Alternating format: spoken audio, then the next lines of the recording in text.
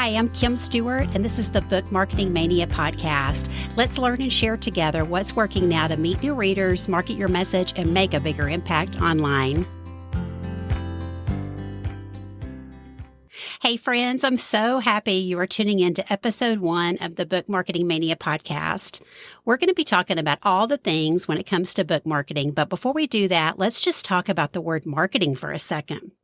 I know for some of you it feels sleazy because you're thinking of marketing yourself, not your message, and that doesn't feel good at all. Or maybe you're thinking, as long as somebody else does it for me, I'm fine with marketing. Or maybe you're thinking, it was too much work to write the book. I don't have the time or energy for all the things marketing now. Am I right? So let's simplify marketing. Marketing is a way of letting someone know that we can help them. Or more specifically for you, it's letting your target readers know how you can help them through the pages of your book. Doesn't that make marketing sound more doable and maybe even a little fun too? Because Lord knows we are all due for a little fun these days, right? You know, it's not sleazy to let somebody know we can help them. Well, there might be sleazy ways we can go about it, but that is not what we're going to be talking about on this show. So, listen, isn't that why you wanted to write a nonfiction book in the first place? To help people and to make an impact? So we'll be talking about all the things we can do to let our target readers know how we can help them. Things that feel good to you and will feel good to your readers too. And you get to choose.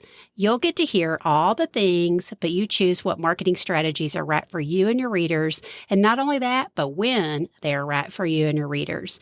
And to help us do that, I invited my first guest on the show for episode 2. It's Krista Hutchins, host of the Just One Simple Thing podcast. Krista is going to share how we can prioritize all the ideas we have today or hear about on this show or see others doing on social media when it comes to marketing our books. And she has some great tips for putting together a doable action plan and keeping yourself accountable. I know you're going to love Krista as much as I do. And then in future episodes, we'll be diving right into strategies to help us meet new readers. One of my favorite authors, Lisa TerKeurst, talks about marketing by asking yourself, how can my book enter into conversations people are already having? And that happened to me, a target reader for her book, Made to Crave. Back in the olden days, long before Facebook groups, I was on an online scrapbooking forum, and someone was scrapbooking their weight loss journey. And we got to talking about challenges we had with weight loss, and she recommended a book she just read, Lisa's Made to Crave. And she had read Lisa's book, and it had changed the way she looked at food and her cravings, and she was able to redirect those cravings to spending time with God, what her soul was truly craving instead. And she lost weight as a result of it. See how Lisa's book naturally entered in the conversation I was having with someone online, even talking about weight loss? I immediately knew that Lisa could help me. She had an answer to my weight loss and spiritual questions, but also solutions to my problems. And I quickly discovered not only her book, but her devotional and Bible study, and obviously God's Word. And when my son was diagnosed with autism, I wanted to read every book on the subject at the time. I had so many questions. I didn't know anything or anyone to talk to. I wanted to hear from those who could help me, both professionals who could help me understand what this diagnosis was all about and what to expect. And I wanted to hear from other moms who had faced this battle and how their journey could help me.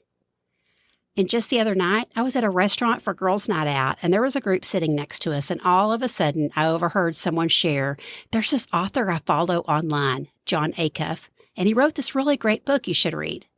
I didn't get to catch up the rest of the conversation because, hello, Girls' Night Out, and these girls are fellow special needs moms, so not much can get in the way of our wine and conversation. But I own a few, if not all, of Jon's books myself, so of course I'm familiar with his work. But my marketing mind thought, there it goes again, another book naturally entering into conversations people are having. And side note here, if you're an author of books on weight loss, autism, or hey, even if you have just a recommendation for a good bottle of wine, send them my way, stat. Because we need to hear from people who can help us. But before your readers can share your book with their friends, they have to read it and be impacted by your words. And before that, they have to, dun, dun, dun, guess what? Hear about your book and how it can help them. I was listening to the Nothing But the Words podcast recently, and host and author coach Candace Aldavis shared, someone has to tell readers about your book before they can have a chance to experience that transformation. And the best person to tell readers about your book is you. She's so right. Marketing is simply a way of you letting your target readers know you can help them. So here on the show in the coming months, we're going to be talking about all the things. We'll be talking about social media to build relationships with your target readers. It's not all about what you post or even how good you can dance, but also about how you're engaging on the platform, or some might say how social you are being. We'll also be talking about podcasting to grow your author platform, because nowadays everybody and their mother has a podcast. Ask me how I know. And the cool thing is you can use podcasting as a marketing tool, both as a host and as a guest. And we'll also be talking about how to write emails, social media posts, and words on your website in a way that shows readers how you can help them. We don't always have to say, "Buy my book, please." So marketing is simply letting your target readers know you can help them. You know, each of our author journeys and marketing strategies are different. We get to choose what works right for us and our readers. So we'll be talking to a variety of authors, both traditional and self-published, to hear what's working for them and what they wish they knew before marketing their books. We're also going to talk about the Enneagram and how each of us approach book marketing, what we might struggle with, and tips to help, depending on what number we are on the Enneagram. And if you don't know what that is, oh boy, you are in for a treat. Marketing is simply letting our target readers know we can help them. So I want to wrap up today's episode with a challenge for you. This week, take off your author hat and put on your own reader hat. Jot down the last few nonfiction books you've bought or borrowed, new or old, or maybe even a book you recommended to a friend. And think, how did I hear about that book? Did a friend share it? Did I hear the author as a guest on a podcast? Did I see the author sharing it on social media? How did I know that book could help me or help my friend? I want you to make a note of that, because it's going to come in handy later. Because what felt right for you as a reader will probably feel right for your readers too. I hope you're as excited as I am about what's to come on the show. I'd love to get your support in helping other authors find it so they too can learn and share how to meet new readers, market their message, and make an impact online. Would you consider rating the show and writing a quick review so more authors can find it and tune in? I'd be so grateful. See you next time.